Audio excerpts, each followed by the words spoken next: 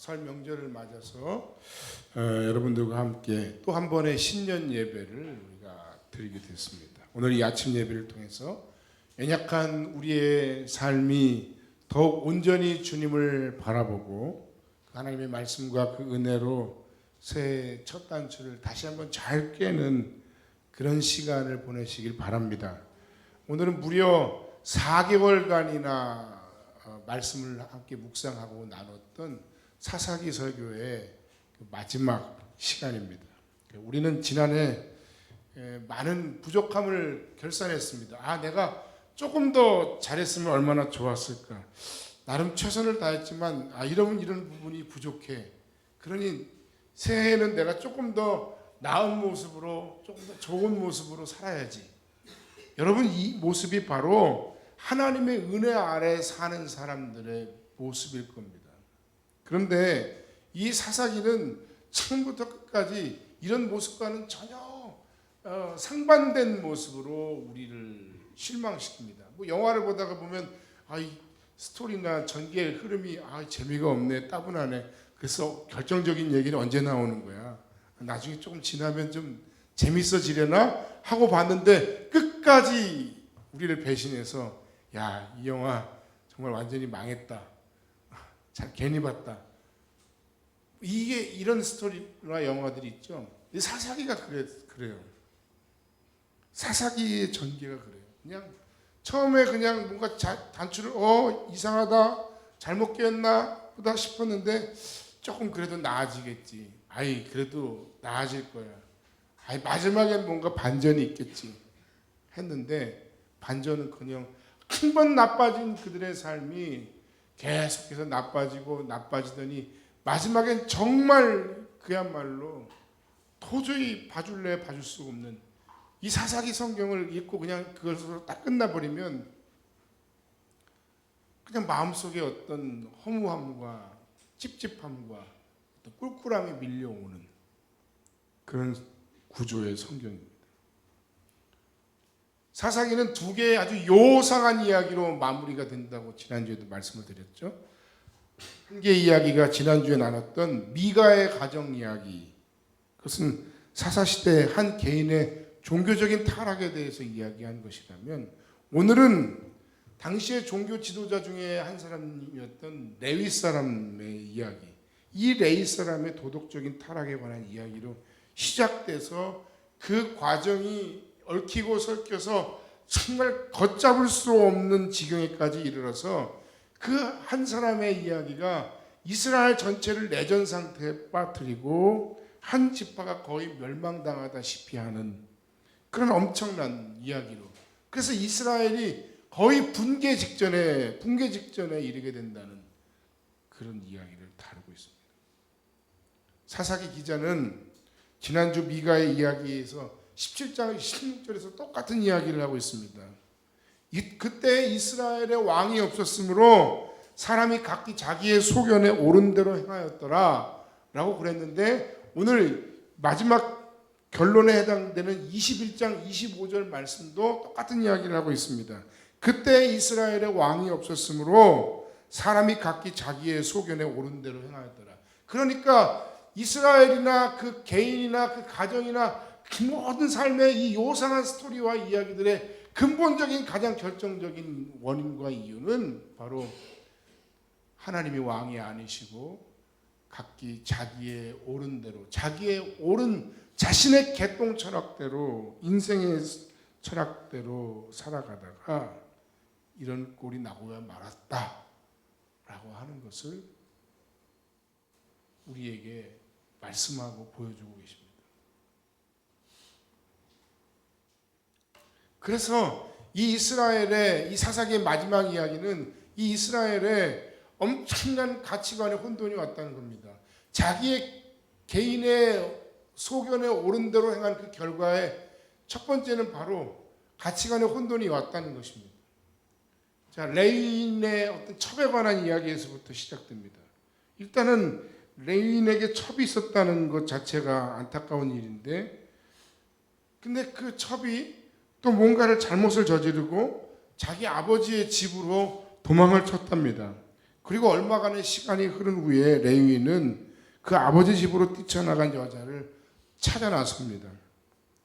그의 장인은 레위인을 극진히 대접했고 극진한 대접을 받은 레위인은 다시 그 여자를 데리고 하인과 함께 집을 향해 길을 떠났습니다.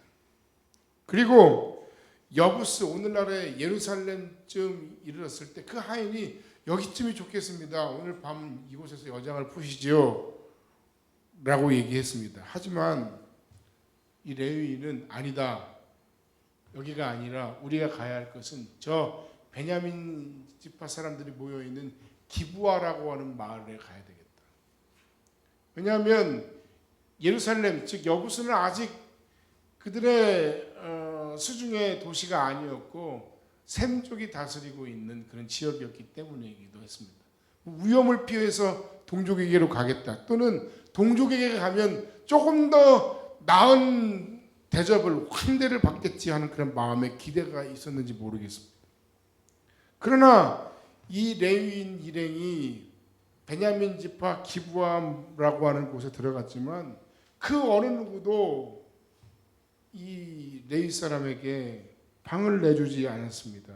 오직 베냐민 사람이 아니라 에브라임 산지에서 온 그 출신의 노인만이 그들을 맞아줬다는 겁니다. 여기서부터 뭔가 좀 엇나가는 모습이 있죠. 그런데 그 노인의 집에 유숙하게 된 그들에게 이 기브아의 불량배들이 찾아와서 이 노인을 협박합니다. 근데 그 협박과 그 요구사항이 좀 이상해요. 집을 포위하고는 그 사람들이 내놓으라고 하는 것은 어떤 물질도 아니고, 그 사람들이 데리고 있거나 함께 있는 여자도 아니고 남자를 요구하고 있습니다.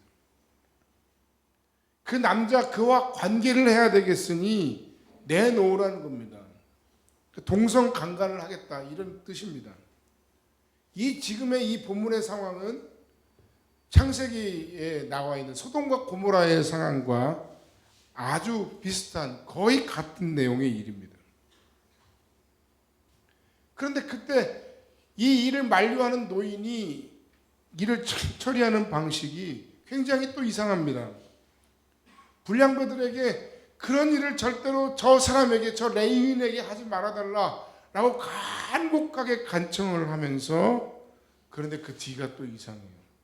만약 그 일을 하지 않는다면 그 대신으로 내가 나의 딸과 저 레위인의 첩을 너희들에게 내주겠다, 이렇게 제안을 하는 것입니다. 자신의 딸을 내어주겠다, 이것도 쉽게 이해가 가지 않는 이야기죠. 오늘의 관점에서는 더더군다나 이해가 가지 않지만 그 당시에 혹시 사회적인 풍습이었다라고 이야기를 한다 하더라도, 그럼 왜 이 레위인은 지켜달라고 그러면서 이 레위인의 첩은 무슨 권한으로 자기가 그 불량배들의 손에 넘겨주겠다고 했을까? 오직 이 사람에게만 나쁜 짓을 하지 말아달라. 그러니까 좋은 것과 나쁜 것이 섞여 있는 상황입니다. 좋은 일을 하는 사람인 것 같은데 그 결과와 그 과정과 그 내용이 별로 좋지 않습니다. 이것이 바로 그 당시에 하나님 없는 좋은 사람들의 모습이었어요. 하나님 없는 자기 소견에 옳은 대로 행한 사람의 모습이었습니다. 아무리 선량해 보이는 노인이었다 할지라도 그는 하나님이 없는 마음에 자기의 소견에 옳은 대로 이렇게 하면 되겠지, 이렇게 하면 나쁜 짓이 아닐 거야 라고 행한 행동이 고작 그 정도였다는 겁니다. 하나님 없고 말씀 없는 자기중심적인 윤리의 한계였다는 것입니다. 우리 중에 우리가 살아가는 우리의 삶의 현장에서도 법 없이 살만한 사람들이 분명히 있습니다. 세상에 착한 사람, 좋은 사람이 분명히 있습니다. 정말 좋은 가능성과 정말 훌륭한 사람들임에 틀림없습니다. 그러나 사람이라고 하는 그 존재가 가지고 있는 그 어떤 착함과 법 없음도 어떤 유효기간과 한계 상황이 있다는 것을 우리가 알아야 됩니다. 끝까지 착하고 끝까지 어느 때나 계속해서 법 없이 살 수 있는 존재냐 하면 그건 아니라는 거예요. 결국 어떻게 된 영문인지 이 노인의 딸은 데려가지 않고 이 레위인의 이 천만 이 기브와의 불량배들에게 끌려가서 밤새도록 윤관을 당하다가 결국은 집까지 기어왔는데 문지방에 손을 얹고 죽음을 마주했다. 이런 안타까운 이야기. 이 과정에서 사람의 한 번의 실수와 죄가 꼬리에 꼬리를 물고 계속해서 뭔가 나쁜 일이 뭔가 한번 끊어지고 하나님의 은혜로 끊어지고 뭔가 해결이 되는 국면이 있어야 되는데 이것이 점점 커져서 급기야는 걷잡을 수 없는 지경에까지 이르렀다는 겁니다. 사실 이 불쌍한 여인의 죽음과 관련해서 이 레위인은 아무런 책임과 잘못도 없는가? 그렇지 않죠. 종의 이야기대로 만약 기브와가 아닌 여부스의 짐을 풀었다면 뭐 애초에 그런 일을 벌이지 않았다면 더 좋았겠습니다만 또 그 여인이 끌려가는 그 모든 상황 속에서 도대체 이 레위인은 밤새도록 뭘 하고 있었을까? 더 기가 막힌 것은 19장 27절 말씀에 의하면 이 사람이 아침 일찍 일어나 그 집을 떠나가고자 했다는 겁니다. 뭐 사람을 챙겨가지고 떠난 것이 아니라 혼자 떠나가려고 했는데 딱 와서 보니까 문을 열고 보니까 그 여인이 엎어져 있어서 야 우리가 함께 가자 하고 말을 걸었는데 죽어 있더라는 거죠. 레위인은 이 첩의 죽음과 그 비참함 앞에서 슬퍼서 분노하고 그리고 그것에 대해서 복수하려는 것이 아니라 자신이 당한 어떤 모욕과 여러 가지 손해로 인해서 분노했고 그의 분노는 어떻게 하면 이 이스라엘에 있는 베냐민 지파가 아닌 나머지 11지파를 격동해서 이 베냐민 지파를 혼내줄 것인가에 꽂혀 있었습니다. 그는 그가 당한 일들을 편지에 써서 첩의 죽음을 12조각으로 나눠서 이스라엘 12지파에게 보냅니다. 자기 목적을 이루기 위해서 수단과 방법을 가리지 않습니다. 자신에게 유리한 이야기만 써서 보냈습니다. 자기의 잘못이나 그 과정 속에 저간의 어떤 숨겨진 배경이나 어떤 이해가 갈 만한 상황들을 쓴 것이 아니라 아주 사람들이 듣기에 거북하고 상대방을 나쁘게 할 만한 이야기만을 적어서 이 이스라엘과 베냐민 지파를 이간질하게 이르렀습니다. 11지파는 술렁이기 시작했고 급기야 11지파가 그 불량배들을 넘겨달라고 얘기했지만 어떤 자존심인지 어떤 영문인지 이 베냐민 지파는 이 기브와의 불량배들을 넘겨주지 않아요. 그리고 결국 이 11지파와 베냐민 지파가 싸움을 시작하게 됩니다. 군대를 일으키는데 무려 40만이에요. 4,000명도 아니고 4만 명도 아니고 40만이에요. 그렇게 해서 결국 베냐민 지파가 거의 진멸될 위기에 처합니다. 사실상 진멸되다시피 한 거예요. 이스라엘 11지파와 베냐민 지파의 싸움이 시작됐는데 그런데 처음에 한 번에 끝난 것이 아니라 이것이 3번까지 갔어요. 전투를. 그리고 정말 우습게도 2번의 전투를 이스라엘 11지파가 베냐민 지파에게 져요. 40만 대 2만 6, 7천이 싸웠는데 지는 거예요. 왜 졌을까요? 이 명분 없는 싸움을 하나님이 인정하시지 않았기 때문입니다.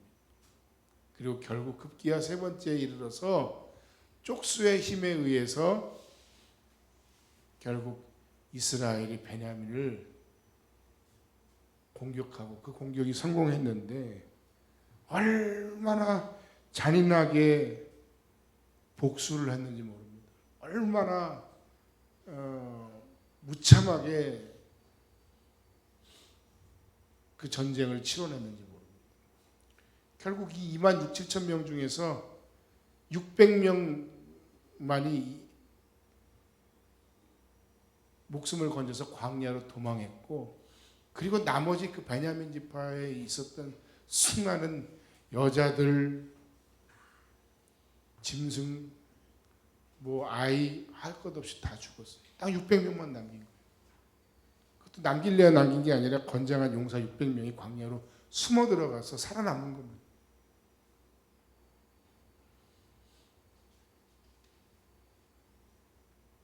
레위인 한 사람의 잘못된 판단이 수많은 사람들의 생명을 앗아가는 안타까운 상황을 맞이했고, 이스라엘의 12지파로 상징되는 그 한 지파가 완전히 사라지기 직전의 상황까지, 그야말로 속된 말로 씨가 말라버린 그 상황이 바로 이 사사기의 마지막 장면에 나오고 있습니다.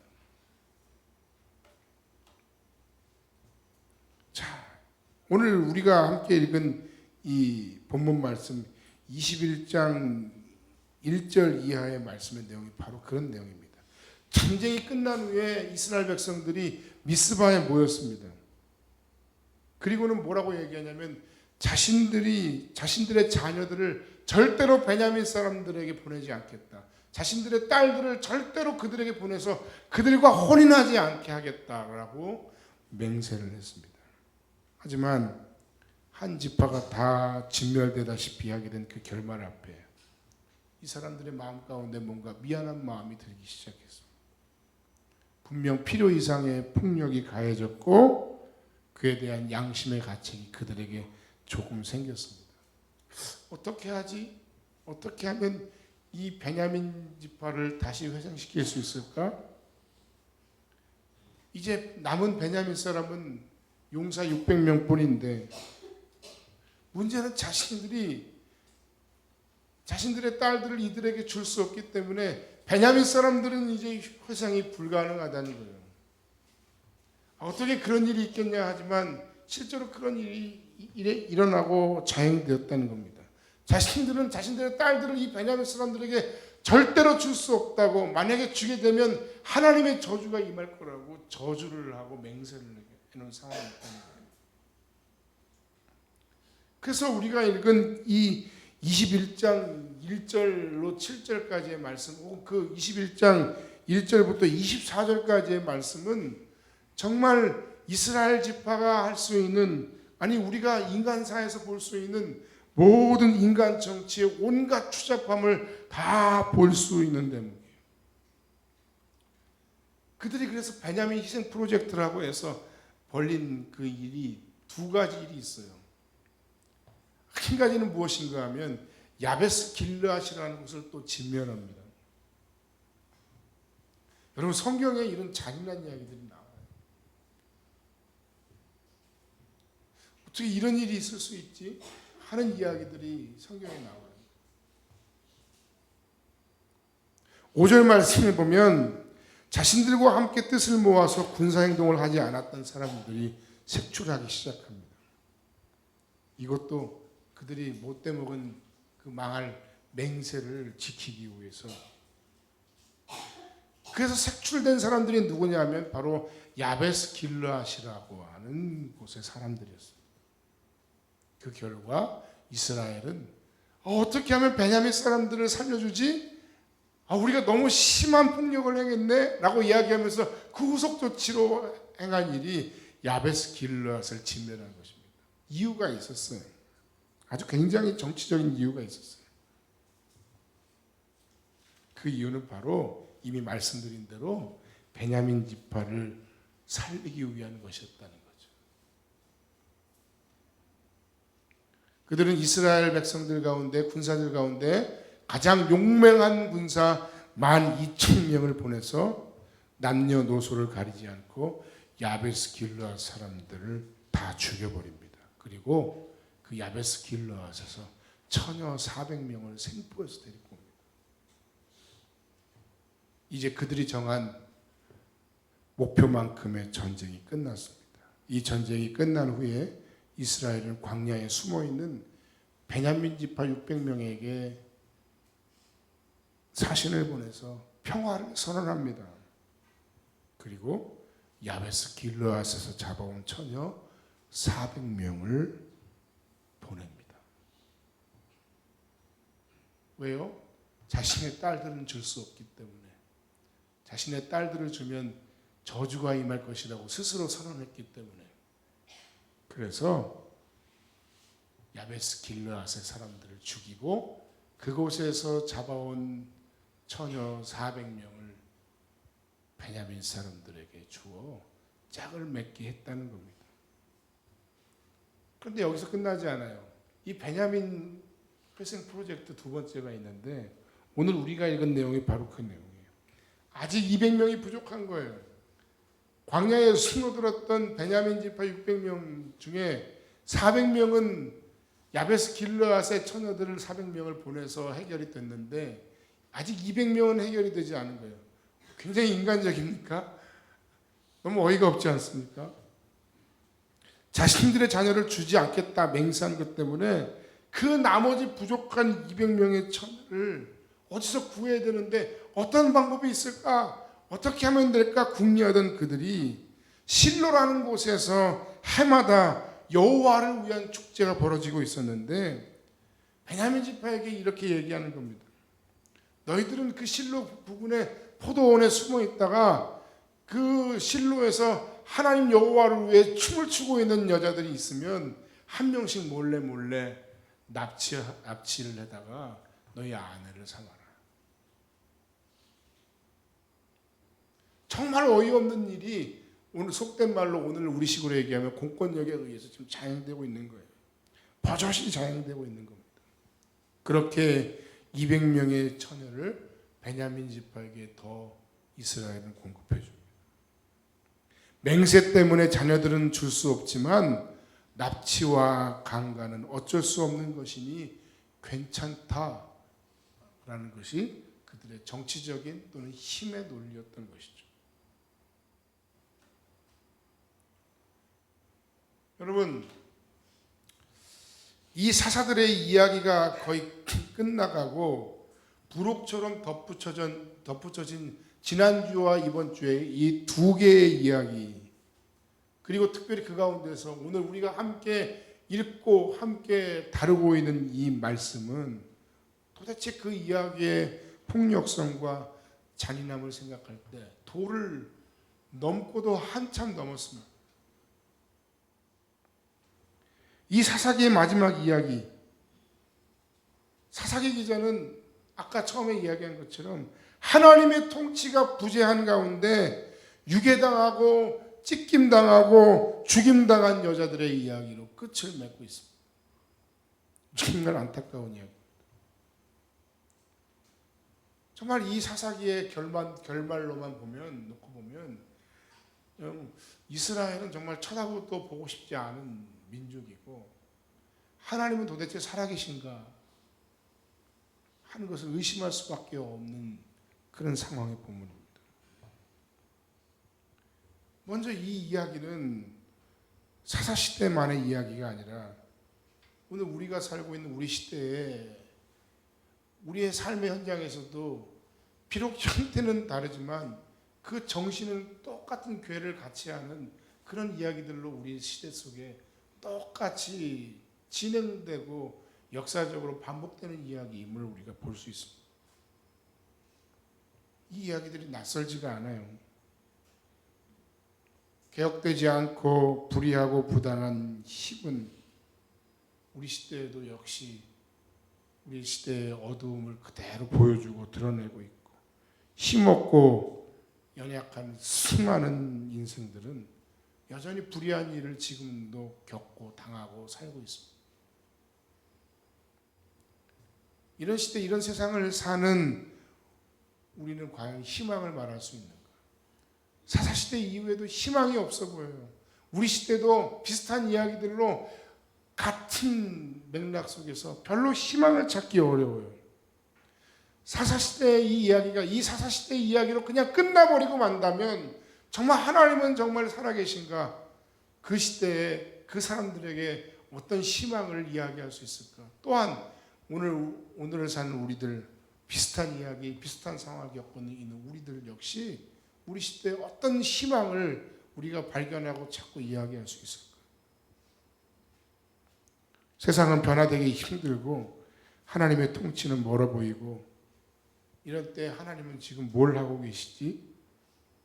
라고 탄식할 만한 이 시대에 우리 무엇을 희망이라고 이야기해야만 하나? 그러나 여러분, 사사기가 어떻게 맞춰졌든 사사기가 이런 비극적인 이야기, 이런 슬픈 결말, 이런 찝찝하고 이런 안타까운 결말로 이어졌다고 해서 하나님이 그들을 버리시거나 하나님이 살아계시지 않거나 하나님이 일하시지 않은 것이 아니었습니다. 하나님은 그런 그 시대의 이스라엘을 포기하지 않으셨습니다. 하나님은 오늘 우리 시대에 우리의 삶, 당신의 삶도 역시 포기하지 않으십니다. 다음 주부터 우리가 사무엘서를 우리가 함께 보게 되는데 히브리 성경의 순서상 사사기 다음으로 등장하는 것이 룻기와 사무엘서죠. 동시대의 이야기입니다. 그 동시대 혹은 그 후속 시대에 하나님께서 어떻게 그들을 이끄시고 인도하시는가? 하나님은 한나라고 하는 한 여인의 통곡의 기도를 통해서 새로운 시대를 여십니다. 그녀의 기도 가운데 사사시대의 짙은 어두움을 걷어낼 수 있을 만한 희망의 작은 불빛을 보여주십니다. 하나님의 일하심은 정말 될 것 같지 않은 그런 작은 희망의 불빛 속에서 커지고 꽃피고 싹트고 열매 맺고 그리고 위대한 역사를 이루어내도록 하는 겁니다. 한나라고 하는 그 작은 정말 보잘것없는 그 자기 자신의 삶의 원통함마저도 어떻게 해결할 수가 없어서 정말 술 취한 것처럼 울부짖었던 그 여인의 기도를 통해서 하나님은 이스라엘을 살리시고 그 시대에 새로운 소망을 보여주십니다. 룻기도 마찬가지예요. 남편까지 잃은 이방 여인, 이스라엘 사람도 아닌 룻을 통해서 하나님이 하나님의 인애를 보여주십니다. 나오미와 이방 여인 룻이 큰 결심을 하고 실패한 가운데 고향 베들레헴까지 돌아왔지만 그래서 그곳에서 다시 하나님의 백성으로 살기를 이제부터 하나님의 백성으로 살기를 나오미와 룻이 결심을 하게 되면서 엄청난 시련과 고통을 경험하죠. 그러나 그런 모든 가운데 살아계셔서 역사하신 하나님의 놀라운 사랑과 인애가 불쌍한 이방 여인 과부 롯에 임할 때 그의 인생에 놀라운 새로운 은혜가 그 세상에 그 사회에 놀라운 하나님의 소망의 역사가 이어져 감을 우리는 보고 발견할 수 있다는 것입니다. 가장 연약하고 가장 힘없는 사람이었지만 하나님을 믿고 진실로 의지하는 사람들을 통해서 하나님은 여전히 역사하시고 하나님은 여전히 일하고 계심을 우리에게 보여주고 있는 것입니다. 여러분, 희망은 어떤 대단한 위대한 영웅 같은 정치 지도자들에 의해서 일어나고 드러나고 나타나는 것이 아닙니다. 자신의 욕망을 신앙의 이름으로 포장하고 또는 여러 가지 정치적인 미사역으로 포장한 사람들을 통해서 이 세상이 바뀌고 이 시대가 소망을 다시 한번 찾는 것이 아닙니다. 비록 힘이 없었을지라도 그 시대를 살아낸 작은 소시민들, 작은 하나님의 사람들, 그 한 사람 한 사람, 그 이름 모를 그 작은 사람들의 그 한마디 한마디 한마디의 기도를 통해 하나님은 역사하셨고 그리고 위대한 하나님의 역사를 이어가셨고 희망 없고 소망 없는 그들의 인생, 이 세상 가운데 하나님이 우리들의 참된 소망이 되어 주심을 그 기도를 통해 그들의 기도를 사용하심으로 보여 주시고 계신다는 사실입니다. 결론의 말씀을 드리고 말씀을 마칩니다. 새로운 한 해를 우리가 또다시 시작하는 이 복된 시간에 여러분, 하나님의 통치가 아닌 잘못된 삶은 우리가 고집할 것이 아니라 꼬리를 물고 그 맹세 때문에, 그 잘못된 나의 한 번의 판단 때문에 어그러진 그 모든 일들을 우리가 계속할 것이 아니라 하나님의 은총 가운데, 하나님의 역사하심 가운데 하나님의 통치를 기대하고 기다리면서 믿음으로, 믿음의 삶을 살기로, 하나님의 통치 아래 사는 삶을 살기로 결단할 수 있는 용기가 여러분들에게 있기를 주님의 이름으로 간절히 축원합니다. 뿐만 아니라 우리의 삶에 보이는 모든 현실이 절망적일지라도 결코 포기하지 마시고, 하나님은 살아계셔서 연약한 우리의 사랑, 우리의 헌신, 우리의 눈물의 기도를 통해 일하신다는 사실을 기억하고, 그 하나님의 일하심이, 그 하나님의 역사하심이 우리의 삶에, 우리의 살아가는 이 세상에 진정한 희망이 된다는 사실을 다시 한번 믿음으로 고백하는 그런 여러분들이 되시기를 주님의 이름으로 간절히 축원합니다. 그 하나님의 변함없는 사랑과 은혜, 그리고 그 응답하심을 기대하며 오늘 우리에게 주어진 우리의 모든 삶의 현실, 내가 걸어가야 할 우리의 모든 삶의 인생의 길들을 묵묵히 인내하며 걸어 나아갈 수 있는 우리 성음교회와 여러분들, 복된 여러분의 한 해의 삶이 되시기를 주님의 이름으로 간절히 축원합니다. 기도하겠습니다.